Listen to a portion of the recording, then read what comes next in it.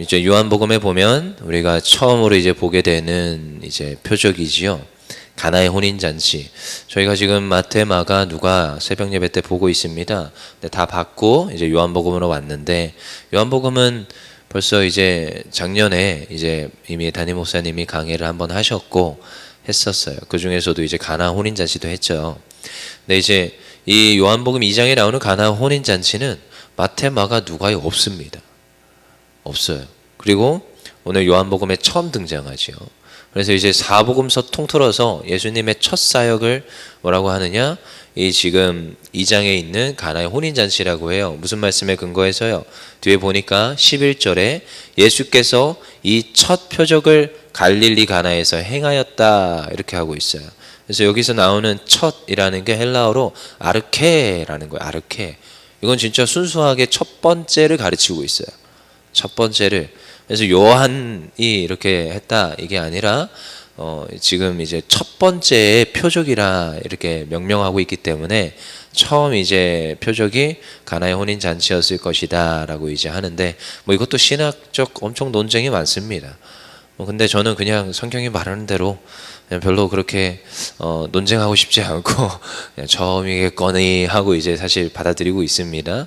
여러분들도 그냥 그랬으면 좋겠습니다. 골치 아파요, 막 머리가 아파요. 네, 하지 마시고.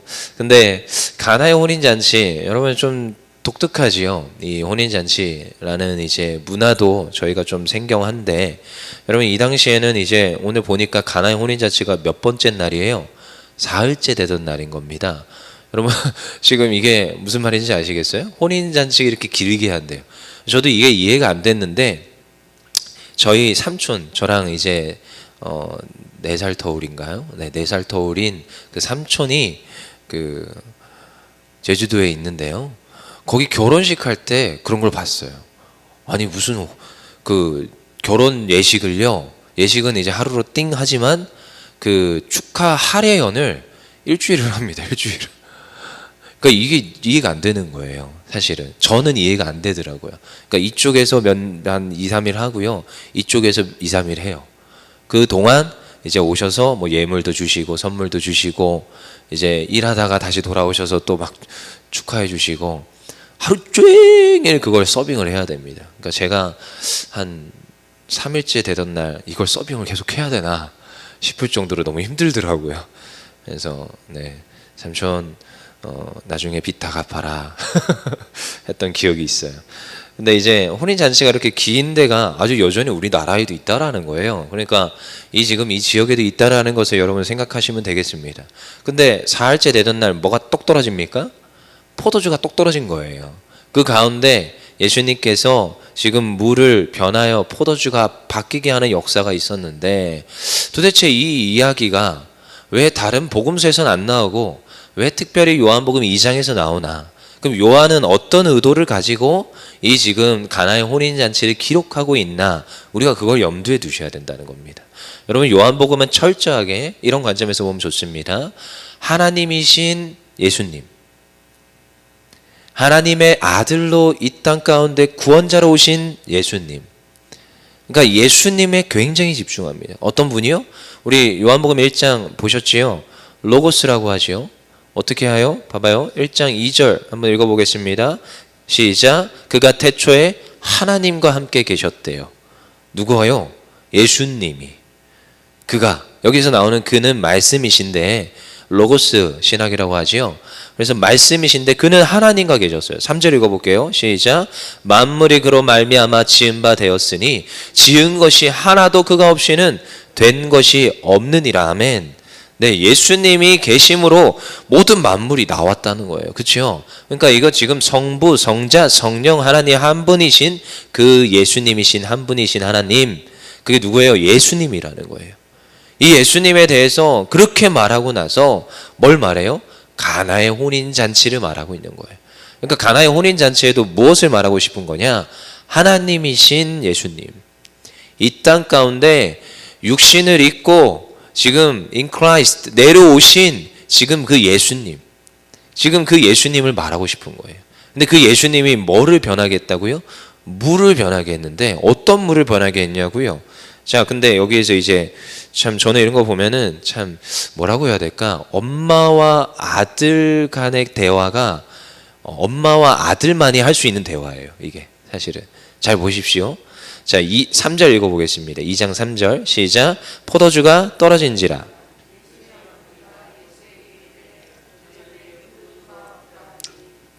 그쵸? 예수의 어머니가 예수에게 이르되 지금 사흘째 되던 날인데 포도주가 떨어졌다. 이건 큰일 난 겁니다. 지금 포도주는 그들은 물처럼 먹어야 되고요. 잔치에서 제일 중요한 것 중에 하나예요. 그러니까 거의 지금 일주일치를 준비를 해야 되는 건데 지금 사흘째 만에 떨어졌다는 건 이건 큰 문제가 있는 겁니다. 근데 지금 여자가 누구예요? 그 예수의 어머니가 예수께 와서 말하는 거예요. 포도주가 떨어졌다. 포도주가 떨어졌다. 사실 예수님 그 어머니 그 마리아는 뭘 기대한 겁니까? 예수님이 이미 어렸을 적에 예루살렘 성전에 올라갔더니 지금 사람들을 모아놓고 가르치고 있었던 그 예수님, 뭔가 지금 할 것 같은 그 자기 아들 그 예수님, 뭔가 기대를 하고 말을 했지요. 사실 긍정으로 말을 한 겁니다. 해줘. 해줘. 지금 포도주를 떨어졌는데 너가 좀 어떻게 좀 해봐. 그러면은 뭘 기대하겠어요? 마리아 입장에서는 뭔가 큰 일을 행할 걸 기대하고 말한 거예요. 긍정으로 말한 거예요. 근데 지금 예수님께서는 뭘 말합니까? 4절 시작. 예수께서 이르시되 여자여 나와 무슨 상관이 있나이까 내 때가 아직 이르지 아니하였나이다. 자, 이건 부정이에요, 긍정이에요? 부정입니다. 사실은. 여러분 이걸 긍정으로 볼 수가 없어요. 때가 이르지 않았는데 내가 그냥 해줄게요, 이 말이 아닙니다. 여러분 저는 이걸 보면 티키타카 같은 거죠. 난 이렇게 하고 싶고 해줘. 아 싫어. 해줘. 싫어. 지금 어떤 뉘앙스인지 알겠죠? 굉장히 이거를 막 무게 있고 막 지금 굉장히 버르장머리 없다 예수님. 누구 어떤 사람 입장에서는 그럴 수 있어요. 여자요. 나와 무슨 상관입니까? 어떻게 자기를 지금 낳아준. 물론 예수님이 마리아의 육신에서 나왔지만 누구로 잉태됐어요? 성령으로 잉태됐고 예수님은 하나님이세요. 근데 그걸 이제 떠나서 어쨌든 이 지금 장성하기 전까지는 그 가정 아래에서 스라에서 인간의 예수님으로 자라나셨다라는 거예요. 물론 하나님이세요. 누가 그러더라고요. 30세 되고 나서부터 하나님이시다. 그 이단입니다. 이단입니다. 아니요, 그냥 태어나서부터 그냥 하나님이에요. 그래서 동방박사들이 와서 절하는 거예요. 근데 어쨌든 그 스라에서 자라나잖아요. 부모를 공경하며 누구보다 정말 반듯하게 자라나는 거예요. 근데 여기에서 여자요. 얼마나 지금 이 못된 지금 말인 것 같습니까? 하지만 그냥 이렇게 티키타카 하는 거예요. 여러분 집에 가면은 여러분들 자녀들이 이렇게 말합니다. 기억해 보십시오. 싫어, 못해. 근데 물론 이제 의미는 있습니다. 어떤 의미가 담겨 있습니까? 아직 때가 이르지 않았습니다. 좀 기다리세요. 당신이 말한다고 이 일이 행할 건 아니라는 거예요. 부정이었습니다. 하지만 여자인 마리아는 뭘 기대합니까? 또다시 5절에 그의 어머니가 하인들에게 이르되 너에게 무슨 말씀을 하든 그대로 하라. 전혀 타격을 입지 않았어요. 타격을 입지 않았어요. 여러분 이거 집에서 잘 생각해 보십시오. 타격을 안 입습니다. 저도요, 딸내미가 말 안 듣고 맨날 요즘 또 그런 시기예요. 맨날 막 짜증내고 하기 싫고 막 소리 지르고 그런 시기예요. 근데요, 전혀 저는 괜찮습니다. 언젠가 괜찮아질 거야. 또 오면 또 보듬어주고 또 안아주고 그게 부모된 심정입니다. 어쨌든 육신의 어머니예요. 그러니까 육신의 어머니인 이 마리아는 뭘 합니까? 하인들아 너네들은 시키는 대로 해라. 이렇게 부정으로 분명히 받았지만 아니야, 분명히 아들은 해줄 거야. 이 입장에 서 있는 거지요. 그러고 나서 여전히 이 예수님께서 안 할 줄 알았는데 어떻게 하십니까? 우리는 스토리를 알지요. 근데 여러분 하인들에게 어떤 물을 가져다가 쓰라고 하느냐, 그게 참 신기합니다. 6절 읽어보겠습니다. 시작. 거기에 유대인의 정결 예식을 따라 두세 통 드는 돌 항아리 6이 놓였는지라. 여러분 정결 예식을 따라, 정결 예식 물인 거예요 여기에. 그러니까 여러분 지금 앞서가면서 이제 뭐 이렇게 성당 가면 이제 만나게 되는 물들인데 손을 씻고 들어가는 물, 이렇게 손을 씻고 들어가는 물인 거죠. 깨끗하게 닦고 가는 물인 거예요. 왜냐하면 여기는 모래가 많습니다. 먼지가 많습니다. 그러니까 뭔가를 먹기 전에, 그리고 또 특별히 빵 같은 걸 찢어서 먹어야 되죠. 그러니까 손이 깨끗해야 되는 거예요. 근데 손이 더러우면 안 되니까 들어가기 전에 잔치집리가 또 들어가기 전에 정결 예식이 있는 거예요. 손을 씻고 닦고 들어가는 그 물, 그게 지금 두세 항아리가 있는 겁니다. 그리고 예수님이 말씀하십니다. 7절 시작. 예수께서 그들에게 이르시되 항아리에 물을 채우라 하신즉 아기까지 채우니. 그렇죠? 있는데 물을 더 채우라는 거예요. 그래서 물을 더 채웁니다. 그래서 다다다다다 채웠어요. 그리고 나서 이제 또 말씀하시죠. 이제 가서 떠다가 연회장에 갖다 주라 했더니 뭐가 된 거예요? 이 물이 포도주가 됐다라는 거죠. 여러분, 이게 의미가 있는 것이, 예수님께서는 무엇을 하고 싶으시냐? 오늘 이제 단순히 이 지금 포도주 만들었다에 우리는 다들 집중하잖아요. 저도 어렸을 때 포도주 만들었다에 집중했습니다. 와, 예수님께서는 물이 변하여 포도주가 되게 하셨어. 역사하시고 능력 있으시고 놀라우신 예수님. 제가 옛날에 그렇게 설교했더라고요. 전도사 때. 근데 이걸 가만히 보니까요, 아니에요. 여러분, 하나님이신 예수님, 지금 하나님의 아들로 이 땅에 오신 예수님, 처음으로 사역하는데 가나안 혼인잔치 가운데 하나님이신 예수님, 물론 능력을 행하십니다. 물로 포도주를 만들게 하시는 그 능력은 하나님이시기에 가능해요. 근데 지금 무엇을 타파하시고 무엇을 깨뜨리시냐? 정결 예식을 깨뜨리고 있습니다. 지금 그들이 하고 있는 습관과 관습을 깨뜨리고 있어요. 누구에게 집중하라는 거예요? 본질을 잃어버린 그 유대인과 그 본질을 잃어버린 그 사람들에게 하나님의 하나님 되심을 다시 집중해야 하고 예수님의 예수님 되심을 집중하게끔 하는 거예요. 그러니까 그들도요, 하나님 안 따랐던 거 아닙니다. 믿었습니다. 하나님 따랐어요. 하지만 정말로 본질이신, 정말로 그들에게 약속하신, 여러분 구약 성경에 수없이 봐보십시오. 다 예수님에 대한 이야기예요. 내가 너희에게 메시아를 주리라, 그리스도를 주시리라, 너희를 구원케 하리라. 근데 그 구원은 그들에게만 임한 게 아니라 온 만백성에게. 여러분, 여기에 있는 저 현수막에 걸려있는 신명기 말씀이 여러분 세계 모든 민족 위에라고 하잖아요. 좀 저게 지금 신약 말씀이 아닙니다. 구약에 있는 신명기 말씀이에요. 그러니까 이미 말씀하셨어요. 하나님께서 온 백성을 통하여서 영광 받으시겠다, 그분으로 오신다는 거예요. 근데 유대인들은 뭐 하고 있어요? 여전히 그들만의 구원, 그들만의 잘됨, 형식적인 따름, 형식적인 예식, 형식적인 예배 있더라는 거예요. 저도요, 열심히 예배 드리는 사람입니다. 저도요, 어릴 때부터 모태신앙입니다. 근데 모태신앙이 왜 모태신앙인지 아시죠? 못하니까 모태신앙이에요. 잘 하는 줄 알았어요. 예배 잘 드리는 줄 알았고 하나님 믿는 줄 알았습니다. 아니요, 알고 봤더니 본질은 쏙 빠져있는, 내가 하나님 믿는 줄 알았거든요, 제가. 근데 하나님 안 믿더라고요. 말로는 하나님 믿습니다 합니다. 근데 하나님 안 믿고 있었어요. 성경 말씀도 누구보다 잘 외웠고 퀴즈 대회에서 대상도 타고 했습니다, 다. 근데 안 믿었어요. 근데 나중에 정말로 인격적으로 찾아오신 하나님을 만나고 나니까 하나님이 이런 분이구나. 엄마 아빠가 믿으라고 해서 믿는 그 하나님 말고요. 아, 내가 이제 전심으로 하나님 믿겠습니다. 그때부터는 인생의 목적이 달라지는 거고요. 인생의 이유가 달라집니다. 전 절대로 목회길 안 간다고 했는데 하나님 만나니까 목회길 가더라고요. 안 간다고 했었어요. 죽어도 안 간다고 했어요.